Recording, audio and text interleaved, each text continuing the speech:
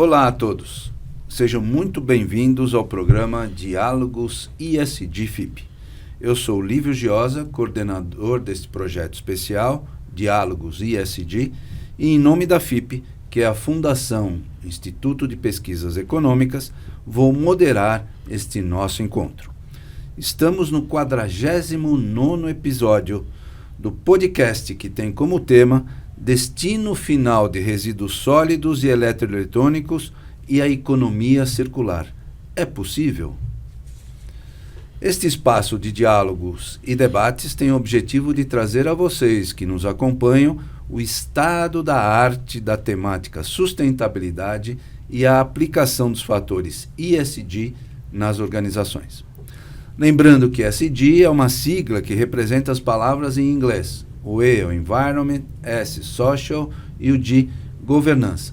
Mas aqui nós vamos falar em português, ambiental, social e governança, porque facilita para todos que nos acompanham.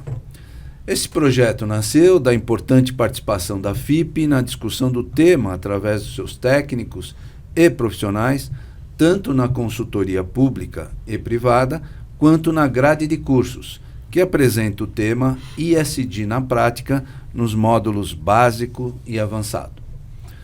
Importante também informar que o programa Diálogos ISD FIP tem o apoio do IRIS, o Instituto ADVB de Responsabilidade Socioambiental, da SEBRASE, Central Brasileira do Setor de Serviços, da ANEFAC, Associação Nacional de Executivos de Finanças, Administração e Contabilidade, do Senan, Centro Nacional de Modernização Empresarial, e do Sindiprestem, organizações estas que entenderam a importância do tema e os seus impactos junto a todos os públicos com que se relacionam e também junto ao mercado.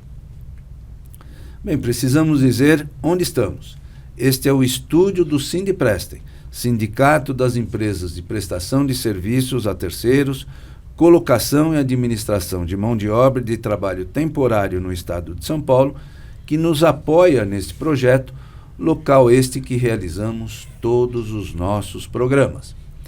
Para você acompanhar os episódios do Diálogos ISD, basta acessar o podcast através do Spotify e o canal do YouTube da FIP e nas demais redes sociais, Instagram, LinkedIn e Facebook, e também nos canais e plataformas do Sindiprestem, do IRIS, da SEBRASE, da ANEFAC e do Senan. Também, se você que nos acompanha tiver interesse em participar do curso ISD na Prática, nos módulos básico e avançado, ministrado pelos professores Lívio Giosa e Augusto Roque, é só entrar no site da FIP, www.fip.org.br, e conhecer as condições e conteúdo programático deste curso e de todos os demais cursos disponibilizados pela FIP. Para dar início ao programa de hoje, quero apresentar os nossos convidados. Roseli Barbosa, gestora de projetos e diretora da ONG Espaço Urbano. Muito obrigado, Roseli, pela presença. Obrigado você. E o Paulo Badra Borges, diretor de Novos Negócios da Vertas, Gerenciamento e Transformação de Resíduos Tecnológicos. Muito obrigado, Paulo, tê-lo aqui mais uma vez. Sejam muito bem-vindos. É uma honra estar aqui com vocês. Muito bem. Queria aqui conversar um pouquinho, só fazer uma breve introdução para que a gente possa alinhar o tema. Vocês que atuam, né, nesta atividade, muito presentes, percebem que o tema sustentabilidade hoje é pauta mundial, é pauta dos grandes líderes mundiais, é pauta dos líderes empresariais. Já chegou na percepção da sociedade claramente, porque ela tem hoje uma clareza do que sejam os impactos das mudanças climáticas. Percorre-se o mundo, é fumaça de um lado, é enchente de outro, o tempo demonstra que as implicações das mudanças estão atingindo os seres humanos. E assim, os fazem perceber que alguma coisa diferente está acontecendo. Nós que estamos há tantos anos tratando desse tema, e já falávamos lá atrás, que as mudanças viriam, E eu tive a oportunidade de conversar com alguns cientistas do clima neste final de semana, e a percepção é que tudo que se esperava acontecer, que estava projetado para 2050, 2045, está acontecendo agora. E nós, no nosso Fórum de Sustentabilidade, Roseli e Paulo, que fizemos há 2 dias atrás, nós apresentamos um cenário e trouxemos um grito de alerta. Sim. Um grito de alerta para aqueles que estavam presentes, inúmeras pessoas, assim como que eles reverberassem para os seus filhos e netos. Porque são as próximas gerações que vão perceber claramente esse impacto e vão ter que conviver com uma nova estrutura de vida. É por isso que este Diálogos tem sido extremamente bem acolhido, tem sido percebido por todos que estão nos acompanhando, mais de 700 mil pessoas, e é assim que a gente vai trazer essa conversa, especialmente nesse tema, que é o destino dos resíduos, e que vocês muito bem estão tratando e que merecem essa interlocução para que a gente possa, a partir deste Diálogos, deste programa, exponencializar essa oportunidade, porque isso parte para uma necessidade de cada uma das pessoas, cada um cidadão, em qualquer município desse país que estiver nos ouvindo, nos acompanhando, atuar. E essa nossa conversa acho que vai levar a esse pano de fundo. Roseli, eu vou começar com você, a nossa menina da bancada. Obrigada. Roseli, se apresente ao nosso público e fale um pouco sobre a sua atuação profissional e agora como gestora de projetos e diretora da ONG Espaço Urbano.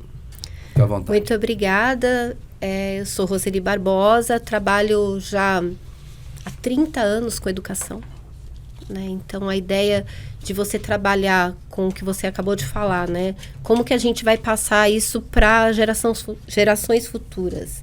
Só com educação. Sim. Só entendendo como alcançar cada um. Né? Cada um e cada uma. Com educação e repetindo muitas vezes, né, o tema.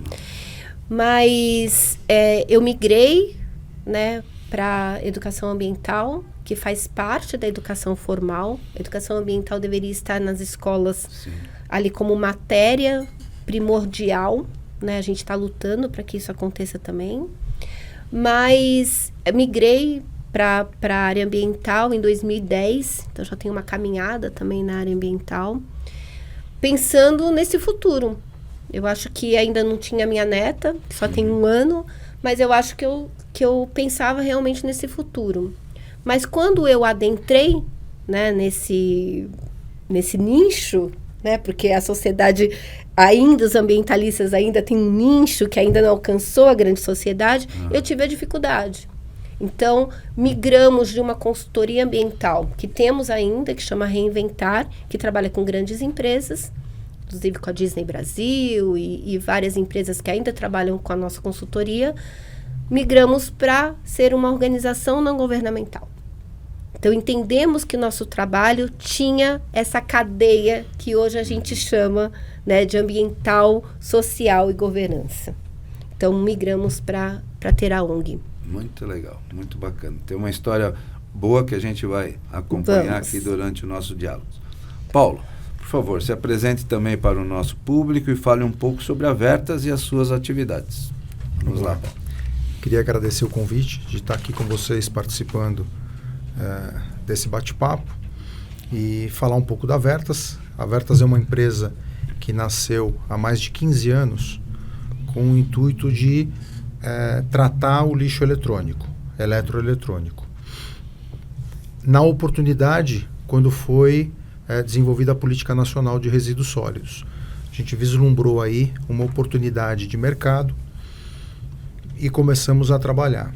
Isso teve um gap aí de quase 10 anos para a assinatura do decreto, mas o trabalho efetivamente começou lá atrás para trazer para as empresas a destinação e a certificação correta do lixo eletrônico. Então, o que a Vertas faz? Ela traz soluções para que as empresas consigam trabalhar a logística reversa e a destinação dos resíduos de forma correta, trazendo um compliance para toda essa operação e trazendo também indicadores. A gente costuma dizer que a Avertas é uma empresa de soluções. Então a gente vai no cliente, entende a dor do cliente, a necessidade do cliente e cria um projeto dedicado, porque cada empresa tem a sua necessidade e a sua particularidade dentro dos processos. E a gente, em conjunto com as empresas, desenha esses projetos e essas soluções para que esse processo de logística reversa e certificação ambiental dos resíduos aconteça de forma correta. Bacana. Você vê que a Avertas é uma empresa que nasce dentro do contexto da sustentabilidade, né? Operando algo que, dentro desse processo, quase que ninguém acreditava, né? Quando veio a Política Nacional de Resíduos Sólidos, as pessoas não sabiam o que fazer com isso e como fazer. Ainda não sabem. E vocês traduziram isso numa realidade operacional e com bases financeiras adequadas para um processo inovador, né? E lá atrás, isso realmente foi muito difícil, porque era uma coisa muito nova. Como você bem disse, hoje isso já está enraizado na cabeça das pessoas e dos grandes líderes aí das empresas, para que se faça essa operação, para que se pense nisso como uma prioridade dentro das empresas. Sim. E que isso seja levado como prioritário internamente e também de que forma que a própria empresa divulga isso para a população. Isso virou uma necessidade até comercial dentro das empresas. A imagem reputacional das organizações está baseada nos conceitos aplicáveis e aplicados por elas na sustentabilidade. Então, isso faz parte desses eixos todos. Muito legal. Roseli, então agora conte-nos com mais detalhes as atividades do espaço urbano e suas áreas de impacto. E aí eu vou complementar um pouco do que o Paulo falou. Nós também, baseado na Política Nacional de Resíduos Sólidos, a gente olhou e falou, puxa, qual que vai ser a nossa atuação? Porque poderíamos ter tantas oportunidades, porque o mercado ainda tem muitas oportunidades. Sim. A gente tem falado muito com a garotada, né, do ensino médio. Existe uma oportunidade de empregabilidade dentro dessa área. Mas nós percebemos que a gente tinha que lidar. A gente começou com as grandes empresas também, entendendo que as grandes empresas... Então, a Bunge foi a primeira grande empresa a acreditar. Depois, nós viemos com a Tetra Pak, a segunda grande empresa a acreditar. E hoje, nós estamos com mais de 64 empresas acreditando nesse nosso movimento. Mas, quando nós chegávamos até a cidade, então, a ideia era chegar até a cidade e fazer um movimento. Entender qual era a educação ambiental, entender o que estava fazendo. Quando chegávamos na cidade, encontrávamos uma Secretaria de Meio Ambiente enfraquecida, né? Não enfraquecida pelos seus tutores, né? Pelos seus secretários. Não é esse enfraquecimento. Enfraquecimento é a valorização da Secretaria de Meio Ambiente dentro do município. Então, o primeiro obstáculo foi a Secretaria de Meio Ambiente não é só ela que precisa lidar com a questão do resíduo sólido. Então, quem mais precisa lidar? Então, voltamos para a mesa de estudo. Acho importante falar que nosso trabalho foi muito estudado.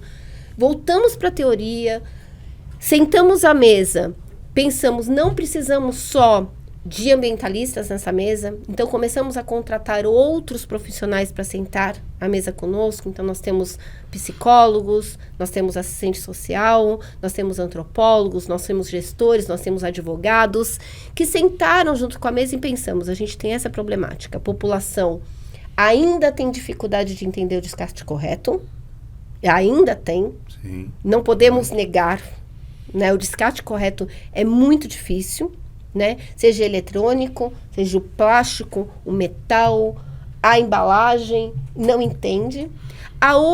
O outro obstáculo que nós tínhamos é o marketing negativo que nós temos da embalagem pós-consumo. A gente tem um marketing positivíssimo da embalagem cheia, mas da embalagem pós-consumo o marketing é zero. Uhum. Então, a gente precisava lidar com isso.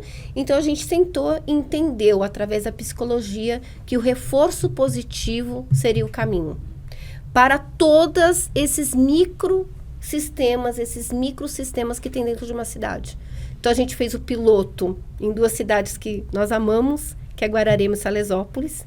E entendemos que também precisaríamos fazer política pública, que é criar uma lei para que esse descarte fosse autorizado dentro, esse reforço positivo fosse autorizado dentro da cidade.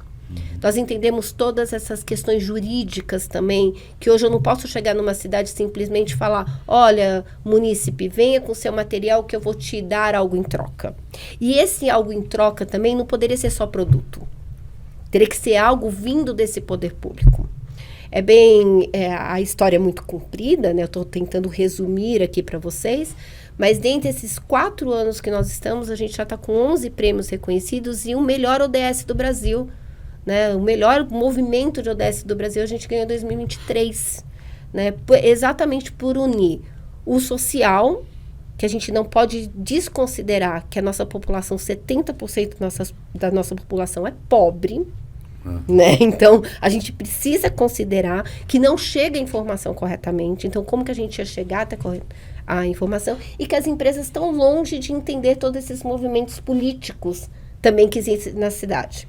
Então, a gente tem um grande desafio aí nesses 4 anos de transformar políticos, né, em ambientalistas também, né, que achem que essa pauta seja importante.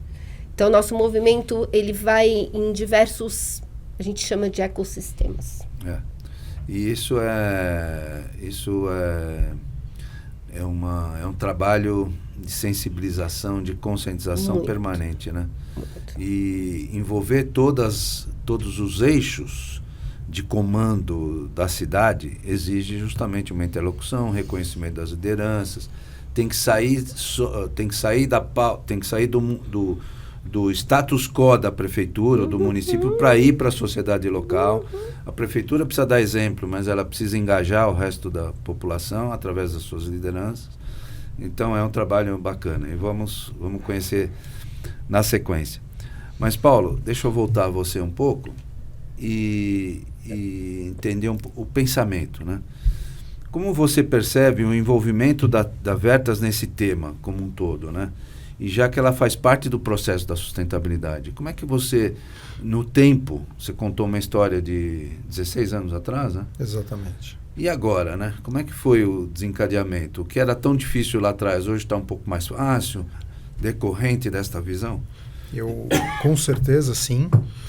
A gente vem de um processo de crescimento e de conscientização um pouco diferente da dificuldade que a Roseli coloca quando se trabalha com a população, né? Uhum. Esse engajamento, ele já está acontecendo, mas acho que tem muito trabalho para ser feito. Mas isso dentro das indústrias, a gente percebe um movimento mais acelerado. Eu acho que as áreas responsáveis por sustentabilidade dentro das empresas tomaram corpo. Eram áreas que ficavam eram meio escondidas, agora elas estão disputando lá em cima e normalmente dialogam direto com as lideranças, com o CEO, a diretoria central. E com metas muito bem definidas. Exatamente. Então, por conta disso, o nosso trabalho ficou mais fácil.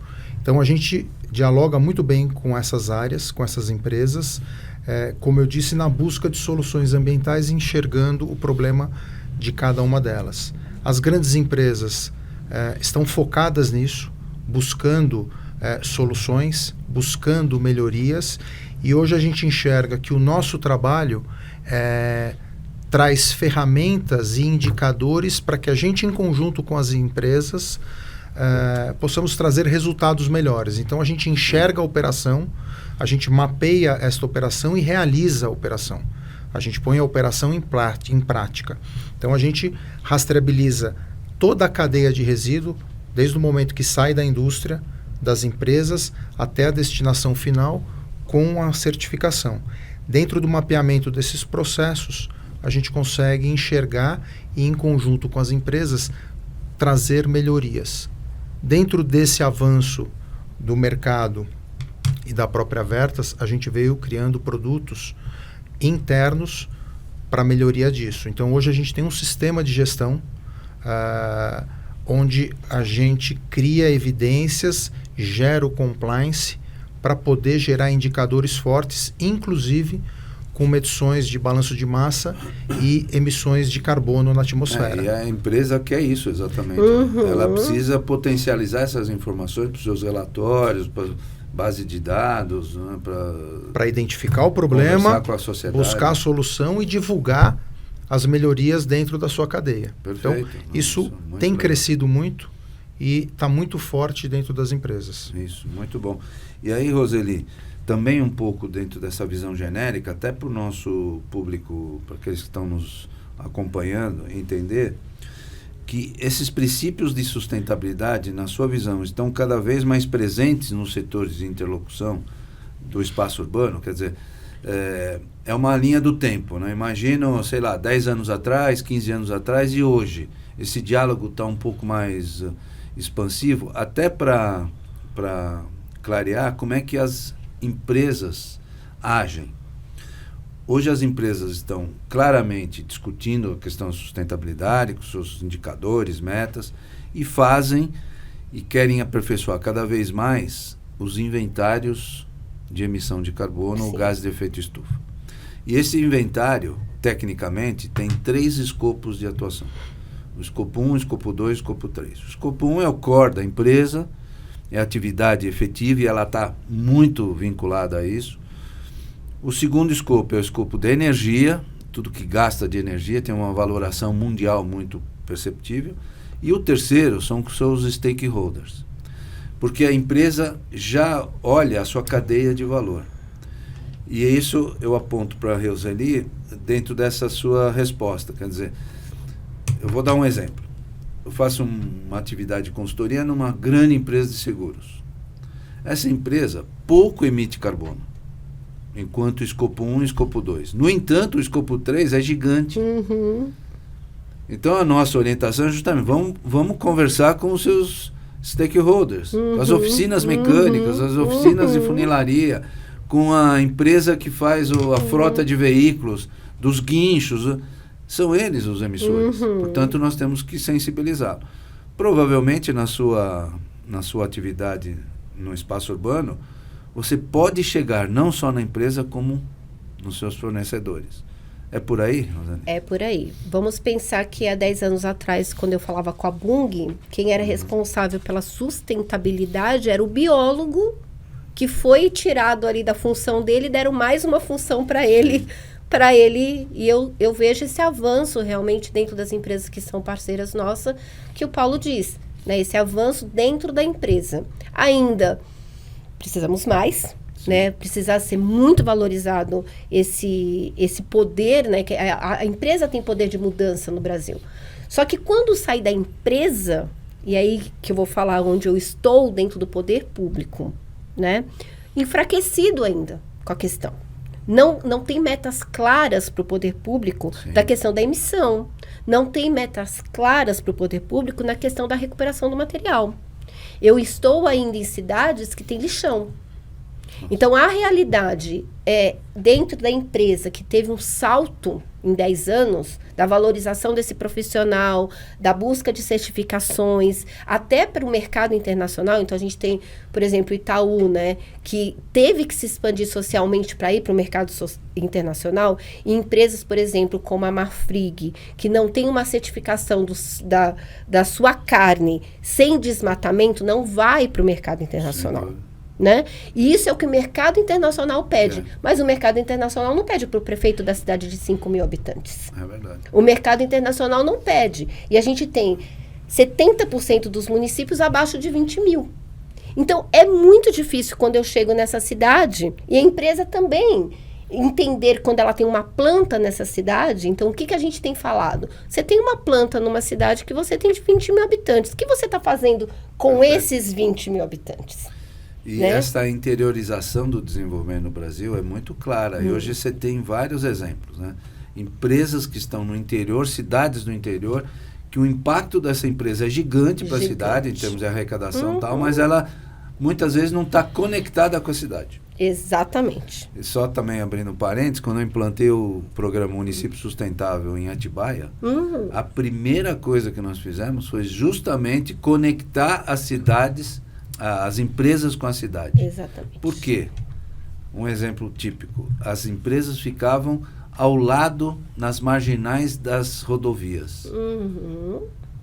E os executivos, os trabalhadores, pouco iam para a cidade, desconheciam a cidade. A empresa estava na cidade, mas eles desconheciam a cidade. Exatamente. Então vamos lá, gente. Calma que nós vamos reverter esse processo. Exatamente. Isso deu certo e um alinhamento fantástico. É isso que E a gente tem, isso que a gente está tentando, né?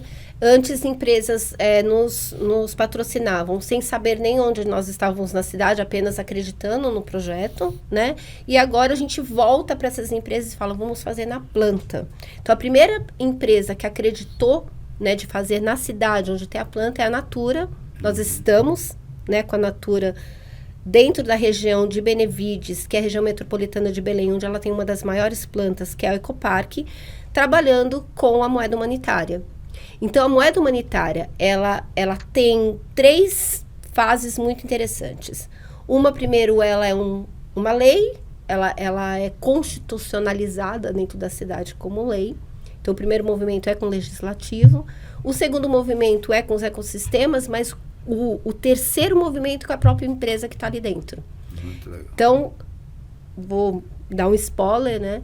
Vai ser a primeira empresa que vai ter uma ecomoeda dentro da sua empresa, da sua planta. Bacana. E esse material que vai ser recolhido dentro dessa planta vai beneficiar socialmente a cidade. Então, essas relações, esse estudo que a gente está fazendo em 4 anos, porque são só 4 anos esse movimento que a gente está fazendo no Recicla Cidade, está trazendo o benefício social S, que sempre fica meio que esvaziado, porque governança, todo mundo hoje tem que estar muito preocupado e o meio ambiente é evidenciável, mas o social fica muitas vezes fora do contexto. E que o estudo diz que a gente tem que atrelar. Sim, perfeito. Muito legal, Roseli. Paulo, conte-nos agora os projetos da Vestas e como a empresa vem impactando na questão do destino final dos resíduos eletroeletrônicos e eletrodomésticos. Dentro dessas estruturações que você já montaram. Você falou do EcoChip, mas agora vamos detalhar.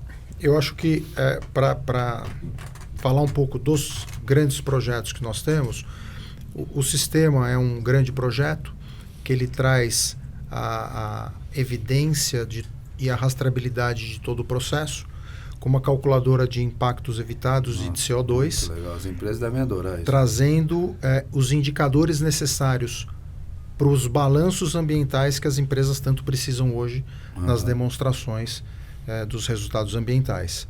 Então, esse é um grande projeto e como você disse, as empresas olham isso com muito interesse. Nós temos projetos de desmontagem técnica de equipamentos, onde a gente está trazendo a possibilidade para os nossos clientes de reuso de partes e peças, dando uma circularidade e um ganho de vida útil, que também gera indicadores muito importantes, além de resultados financeiros. Porque você deixa de descartar o que você jogava como resíduo, parte vai para resíduo, porque não tem como, mas uma parte volta para o processo da empresa, até na parte de manutenção. Isso traz indicador e benefício financeiro. Nós temos o projeto EcoChip, que é um projeto muito interessante, que a gente, dentro da Vertas, tem um laboratório onde a gente traz o TI, que são computadores, notebooks, desks e monitores. Esse material entra na empresa, passa por um processo de refurbish e isso volta para o mercado, dando circularidade e ganho de vida útil nesses equipamentos. Hoje a gente tem um trabalho que integra tudo isso, porque a gente tem a parte do E, onde o resíduo que não é reutilizado, ele vai para descarte correto. A gente tem um percentual desse projeto em conjunto com as empresas. A gente desenha um trabalho social, onde equipamentos são doados para entidades indicadas por nós ou pela própria empresa, e o compliance de todo esse processo, dando a possibilidade até para os funcionários da empresa adquirirem equipamentos eletrônicos destas empresas e para que eles comprem com preços subsidiados, onde nós fazemos todo o trabalho de venda, de garantia desse trabalho. É um projeto que tem atraído muitos parceiros. E o outro projeto que você conhece bem, e a gente acho que vai falar um pouco mais para frente, é o Coleta Verde, que é diretamente ligado ao pós-consumo, onde a população tem a condição de fazer o descarte de equipamentos corretamente em locais pré-estabelecidos, que são coletores para que o resíduo seja descartado.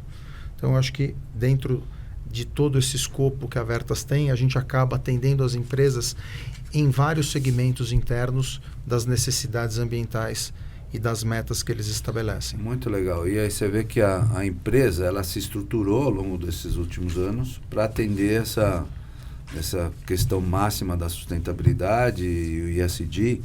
E quando ela reconhece práticas como essas, isso valoriza, né? Porque ela mexe com o corpo funcional. Já tive a oportunidade de fazer isso em várias organizações, para que haja coleta dos resíduos, para que as famílias adiram também ao processo. Então, é muito estimulante isso, muito legal. Sem dúvida. Parabéns, viu, Paulo?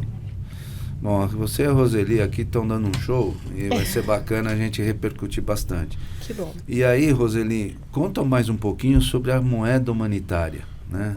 Essa terminologia também é muito bacana, decorrente do programa de gestão dos resíduos que vocês aplicam. E como vocês estão planejando executar esse projeto na Avenida Paulista? Eba. E só para lembrar quem está nos acompanhando, eu sou o presidente da Associação Paulista Viva, né, que é a entidade que cuida da Avenida Paulista e região aqui na cidade de São Paulo. A Avenida Paulista é reconhecida mundialmente, nacionalmente. Aqui em São Paulo é reconhecida como símbolo de São Paulo, né?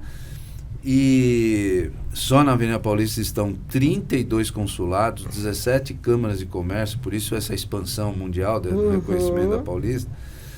E a gente implantou há 2 anos atrás o programa Avenida Paulista Sustentável, e que tem vários eixos de atuação, né? Temos o eixo de eficiência energética, de uso racional de água, de destino final de resíduos eletroeletrônicos, de mobilidade sustentável, educação ambiental e poluição. E agora vamos criar o outro eixo, que é o destino dos resíduos que vão fazer parte deste programa Moeda Humanitária, que sem dúvida alguma vai ser fantástico. A Avenida Paulista nos projeta muito, e todos aqueles que estão conosco. Então conta um pouquinho como é que nós vamos organizar e vamos falar desse projeto, a Moeda Humanitária especialmente. Vamos falar. Porque vamos ter um prazo, um tempo aí de organização desse projeto, né? Parabéns, Paulo. Obrigado. Pelo seu trabalho, né? E eu vou contar um pouquinho da moeda. Óbvio que, né, que quem quiser saber mais pode nos procurar, a gente está disposto. Pode falar o site, né? Os sites das Vamos empresas falar. No final. Eu acho importante falar que tudo isso que a gente está falando de resíduo sólido, incrivelmente, a população final, a que compra, eu tenho que falar sempre isso, ela não valoriza o material pós-consumo. Então, a moeda, ela veio como um objeto de valorização do pós-consumo.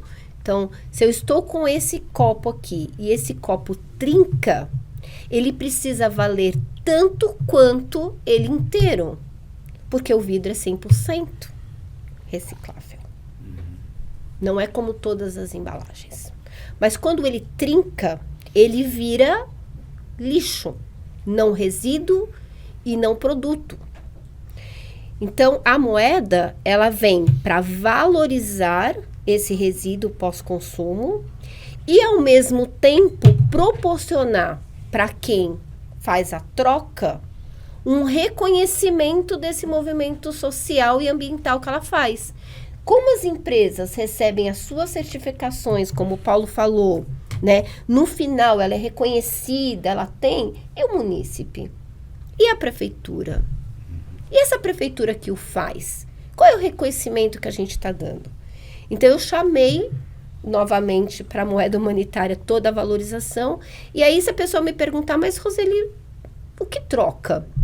Troca pelo aquilo que os ecossistemas precisam. Então, se eu estou com o Rotary, que eu estou com alguns dentro das cidades, O que o Rotary faz? O bem. Alimenta, segurança alimentar, né? Segurança, eu tenho muitos que trabalham com o social, né? Então, eu preciso do arroz e feijão, eu preciso da segurança alimentar, eu troco. Então, eu tiro a ideia das instituições da doação. Eu falo, nesse momento crucial que nós estamos nessa adaptação climática, porque a gente vai ter que se adaptar. Já era, como os cientistas falaram. Agora, a gente vai ter tosse, então a gente vai ter que se adaptar. Para se adaptar, o resíduo sólido vai ter que ir para o lugar correto, que é a logística reversa e a economia circular. Mas para essa senhora que está com fome, eu vou falar isso tudo para ela? Como? Então, eu lido com as instituições para que essas instituições entendam que o movimento precisa acontecer. E aí, a partir desse momento, eu estou com a Caritas, que a gente vai lançar o Mercado do Bem, o primeiro Mercado do Bem, com a Caritas de São Paulo, do Pará, que vai montar essa troca. Eu não vou doar mais a cesta básica. E aí eu vou falar de segurança alimentar, porque segurança alimentar é algo que a gente, no Brasil inteiro, Rio Grande do Sul agora, precisou de segurança alimentar no primeiro momento. Mas a gente mandou muito material de qualidade para lá nas nossas garrafas. O que foi feito? É dinheiro. Cada garrafa que a gente mandou de água do Brasil inteiro para Rio Grande do Sul é dinheiro. O que foi feito depois que as pessoas beberam essa água? Então, se tivesse, até fiz um chamado para as empresas, vamos montar uma moeda rápido lá, para a gente ter o recolhimento desse material e não trazer mais malefícios. Mas é difícil a gente ser ouvido, né, nesses momentos. Então, a moeda humanitária, ela não é só da troca. Ela vai acontecer a troca quando a gente precisa dessa segurança alimentar.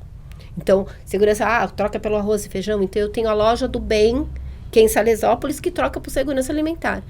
Mas, por exemplo, o secretário de esporte, ele aluga a quadra, ele doa essa quadra para a população frequentar. No Pará, ele não doa mais. Temos uma taxa de 25 unidades de reciclável para que a população frequente a quadra. Então, a moeda de troca não é sempre produto.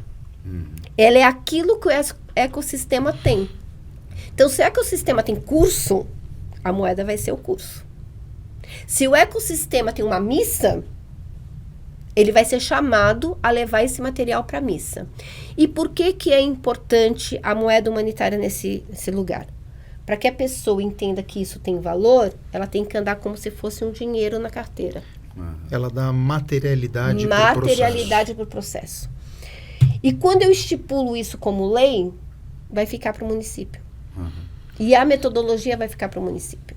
Pode ser, amigos aqui, que esse movimento seja necessário nesse momento, que precisamos realmente fazer o reforço positivo, sim, que a gente entenda as necessidades da população. Então, se a população precisa de curso... na minha imaginação, ninguém mais doaria nada. Só trocaria. Só traria para essa população esse movimento. E aí, pensando um pouco de como, eu acho que é mais colher frutos dessa metodologia que a gente veio buscando esse caminho de chegar na Avenida Paulista, né? Que, como o livro bem fala, ele é repercutido para o mundo inteiro o que é feito aqui dentro. Então, a ideia é a gente começar a ter esse movimento dentro da avenida, entender quem vamos beneficiar, porque a moeda ela não se beneficia só a pessoa, sim, mas sim outras organizações. E através da Avenida Paulista a gente mover bairros de São Paulo. Sim. Lembrando sempre, né? A Avenida Paulista acolhe 1.200.000 pessoas dia. E quem mora em Itaquera passa pela Paulista. Exatamente. Aí ele sai da Paulista, ele volta para Itaquera e fala assim, pô, mas por que não tem aqui, tem lá? Exatamente. Todo mundo da cidade de São Paulo circula pela Paulista e olha para o seu bairro de volta e fala assim, pô, eu também quero fazer aqui. E esse movimento social importante da população entender, eu quero no meu bairro, é o que a gente quer fazer. Primeiro, mapeando organizações que queiram entrar conosco, então nos 5 pontos da cidade, né? Sim. Acho que a gente precisa pensar nesses 5 pontos. Quais organizações vão querer entrar conosco nesse movimento para serem espelho? Então, o que a gente faz na Paulista, numa pequena quantidade de... Porque é mais para ser representatividade do que só acolhimento. A gente sabe que a Avenida Paulista, todo o material hoje vai para a Mega Central, que beneficia catadores, né? A Loga faz isso, muito bem feito. A gente tem, né, eles como parceiro, né, como produto, mas e de São Paulo inteiro? O índice é baixíssimo de reciclabilidade dentro de São Paulo. Não chega nem 3% do que a gente poderia. 5, né? Exatamente. O Brasil hoje é 3%. O Brasil inteiro. No mundo como um todo, 23%, em torno de 23%. Então, assim, o espaço de crescimento é gigantesco. Agora, esses são os desafios, né? É muito bacana esse projeto, muito lindo o projeto. E ele está dentro do... E ele está dentro do nosso problema, do cerne do problema, né? Então, a gente tem que trabalhar muito forte em educação, né? Em divulgar, em insistir na base da educação para que lá na frente essas pessoas tenham maior consciência. Eu acho que nós, as indústrias e todos, a gente tem que trabalhar com facilitadores para a população. Tem que ser fácil para a população descartar. Tem que ser fácil para eles acessarem os pontos de descarte, né? E entenderem como esse processo funciona. E esse incentivo da moeda é muito importante. Porque, às vezes, você tem que começar com um incentivo e essa moeda é um incentivo para que isso se torne um hábito. Sem dúvida. Então, eu acho que esse trabalho conjunto de educação, de facilitador e de incentivo, eu acho que ele é o trabalho base para que a gente faça esse movimento crescer. E, Roseli, eu ouso dizer aqui uma coisa para vocês. Eu tenho uma coleção, tenho vários livros editados, mas um deles é uma coleção de livros infantis. E esses livros infantis estão sendo muito bem percebidos e adotados nas escolas públicas estaduais e municipais. Diante disso, eu apresentei para essas escolas um programa chamado Programa Escola Lixo Zero. E é aí que eu acho que está a base. Sem dúvida. Sim. Porque a escola, ela repercute para o aluno, para o corpo docente, para a direção, para os funcionários, colaboradores e para a comunidade. Então, a hora que a comunidade vê a escola como um ponto de acolhimento e recolhimento, e com a moeda, que pode ser por troca de livros, por material escolar, né? Nossa. E a escola sempre está nos pedindo, não é? A escola sempre está nos pedindo, porque assim, o Estado e o município, ele consegue até certo ponto fazer pela escola. Até certo ponto. Né? Precisa muito quando a escola vai até uma empresa pedir, por exemplo, computadores, qual é o movimento que essa escola está fazendo com a sociedade e com a comunidade para receber esses computadores? Sim. Eu preciso que a escola se mova. Então, dentro desses meus ecossistemas, né, nós temos as escolas como parceiro, que a gente tem um programa que chama Recicla Game, destravando prêmios. Ela tem que implantar a coleta seletiva na escola dela, tem que ser eficaz, tem que mover a comunidade escolar para destravar as necessidades que tem lá dentro. Sim. Porque assim eu consigo, eu não faço, por exemplo, se vocês me chamarem para uma palestra hoje numa escola, eu não faço sem recuperação de material.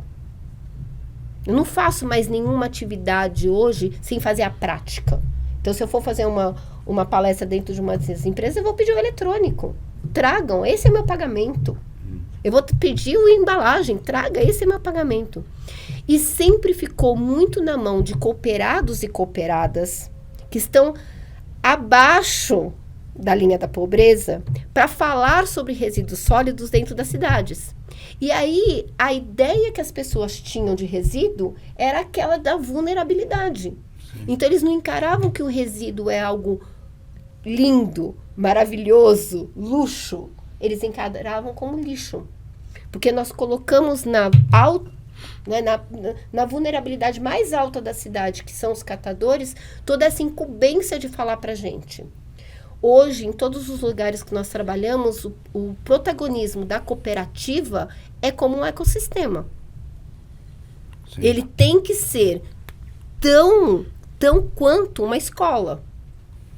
Ele tem que ser valorizado também, acredito na valorização, mas eu acredito hoje no profissionalismo também dessas pessoas que lidam com resíduo. Então, a gente não pode mais encarar o resíduo, né? Quando a gente olha o resíduo, um catador pegando ou algo, a gente remete à pobreza, remete à vulnerabilidade. E tem que ser ao contrário.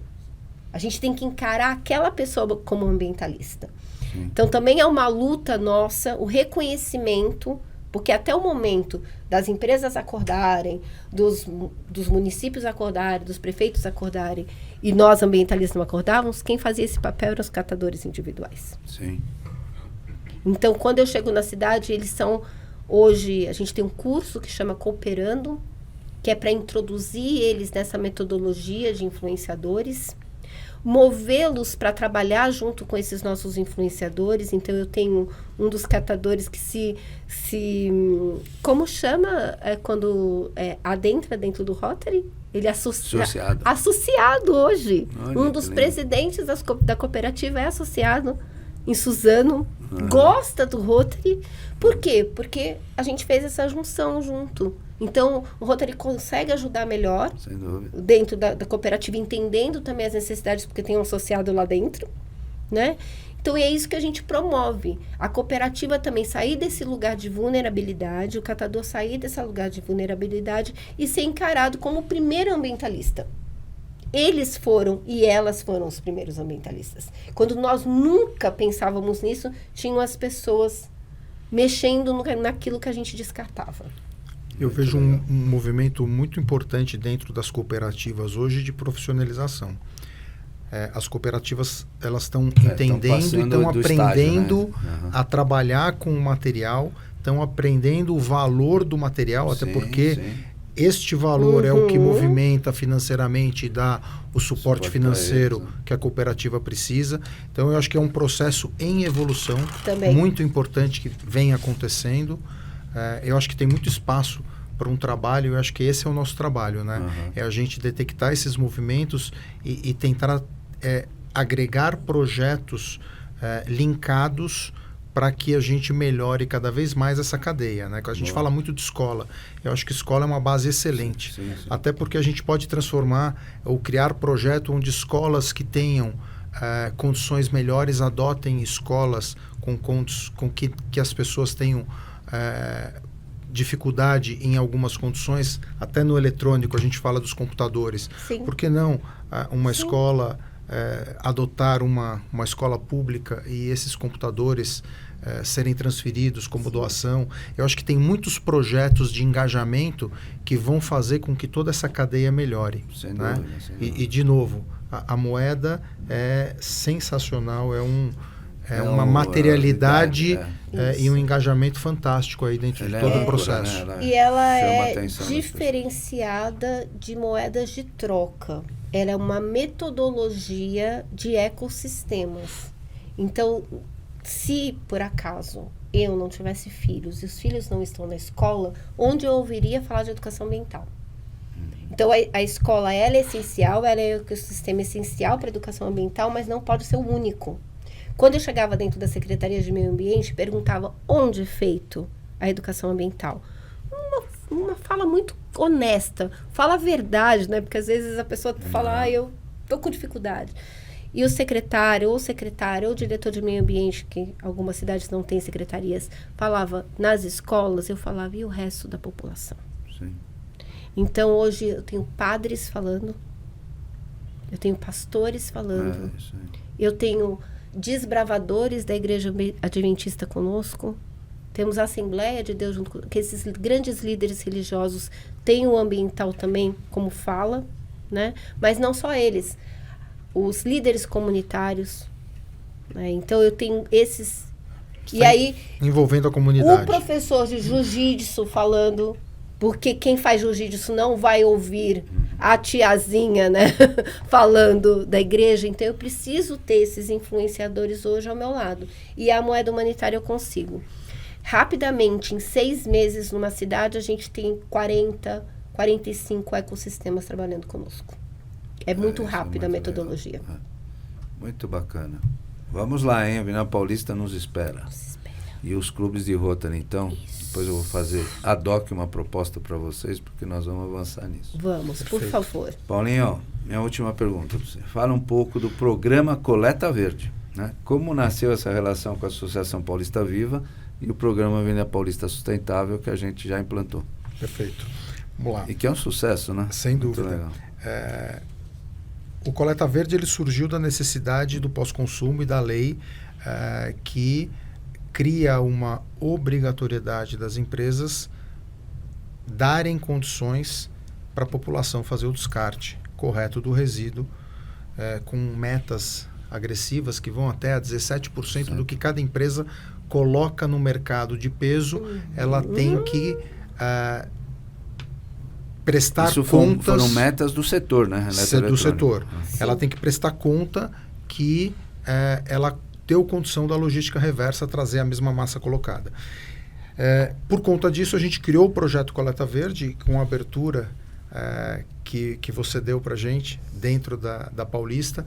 A gente foi implantando em locais estratégicos coletores para que a população, a comunidade da Paulista, entre moradores, profissionais que trabalham e pessoas que frequentam, tenham condição de fazer esse descarte. Então, é um projeto que tem crescido muito, é um projeto que traz aí um benefício, e a Paulista é sempre uma vitrine para a gente escalar os projetos em todos os locais. Então, o fato de ter um projeto consistente, que deu certo e que está crescendo, eu acho que estar na Paulista, com certeza, é uma vitrine importante para que a gente aproveite toda essa nossa conversa e possa escalar e levar essa mesma condição para outras localidades, tendo como piloto a Paulista, que já é um sucesso. E, Roseli, só para você entender o nosso público que nos acompanha, esse projeto foi tão bacana que aí a gente fez a interface com o Rotary Club de São Paulo. Okay. Rotary Club de São Paulo tem uma escola afetiva que cuida, que é a Caetano de Campos. Sim. E nós fizemos um projeto com a Vertas para colocar um coletor dentro da escola. Sim. E tudo que fosse coletado ao longo do período fosse retirado e esse dinheiro voltasse para a escola, que pagou a festa de formatura dos alunos do último ano. É isso. Isso foi bárbaro. Muito bonito. Muito legal. As atuações ambientais precisam ser reconhecidas nesse primeiro momento. Eu acredito muito nisso. E é o que vocês comentaram aqui. As pessoas envolvidas precisam também ter evidências imediatas de que daquela ação está recompensando, né? E sistematizadas. Aí vira, porque a gente está no segundo ano cultura, né? de fazer essa coleta dentro do colégio. Então, elas têm que sistematizar para que isso fique constantemente à disposição da população. E as escolas têm muito material que elas podem... acho que é uma abertura para a escola entender até o material que ela tem na própria escola, como ela pode ganhar com isso. Exatamente. Muito bem, gente. Você vê que a gente vai conversando, e já estamos chegando no final do nosso episódio. Vocês têm agora 1 minuto para o recado final. Roseli Barbosa, por favor. Eu agradeço muito. Foi uma manhã incrível. Conhecer o Paulo, estar de novo com você. Né? Ainda temos muito ainda para trabalhar,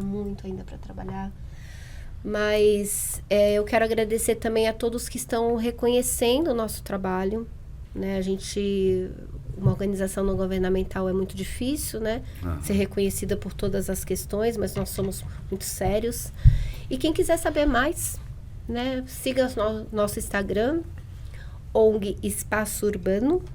Né? Pode procurar no nosso Instagram e pode também entrar em contato conosco se quiser saber mais sobre o projeto, se quiser também implantar na sua cidade, nos seus ambientes, né? Empresariais também que estamos trabalhando.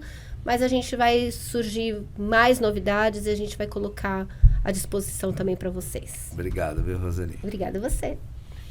Paulo. Agradecer Borges. Agradecer o convite de estar aqui conversando com vocês. Parabéns, Roseli, pelo trabalho. Muito bonito, bacana, e vou me colocar à disposição para ser uma ferramenta aí da propagação e da ampliação desse trabalho. Parabéns, Lívio, como sempre, né, pelo empenho no projeto de sustentabilidade, que é um tema que a gente não pode mais parar de discutir. Eu acho que é uma realidade e a gente tem que estar discutindo sistematicamente isso. Agradecer por estar aqui participando, e é isso. Eu acho que temos muitas conversas agora, né, para fazer os links, porque eu acho que todos nós temos uma sinergia muito grande de pensamentos e de trabalhos. Sem dúvida. Então, vamos em frente. Olha, eu já estou vendo que a resenha a resenha desse episódio vai dar match. Sem dúvida. Sim, com certeza. Muito bom, gente. Vamos aos agradecimentos. Quero agradecer a diretoria da FIP, na pessoa do seu presidente, professor Carlos Luque, diretoria do Sindiprestem, na pessoa do seu presidente, Vander Morales, aos nossos apoiadores, o Instituto ADVB de Responsabilidade Socioambiental, o IRIS, a Sebrace, a Central Brasileira do Setor de Serviços, a ANEFAC, a Associação Nacional dos Executivos de Finanças, Administração e Contabilidade, ao Senan, o Centro Nacional de Modernização Empresarial. Não esqueçam de nos acompanhar nas nossas redes sociais, estamos absolutamente presentes na da FIP e de todas as entidades apoiadoras. Quero agradecer muito a vocês que foram excelentes nesse debate e agradecer a você que nos acompanhou neste Diálogos ISD FIP. Até o próximo episódio.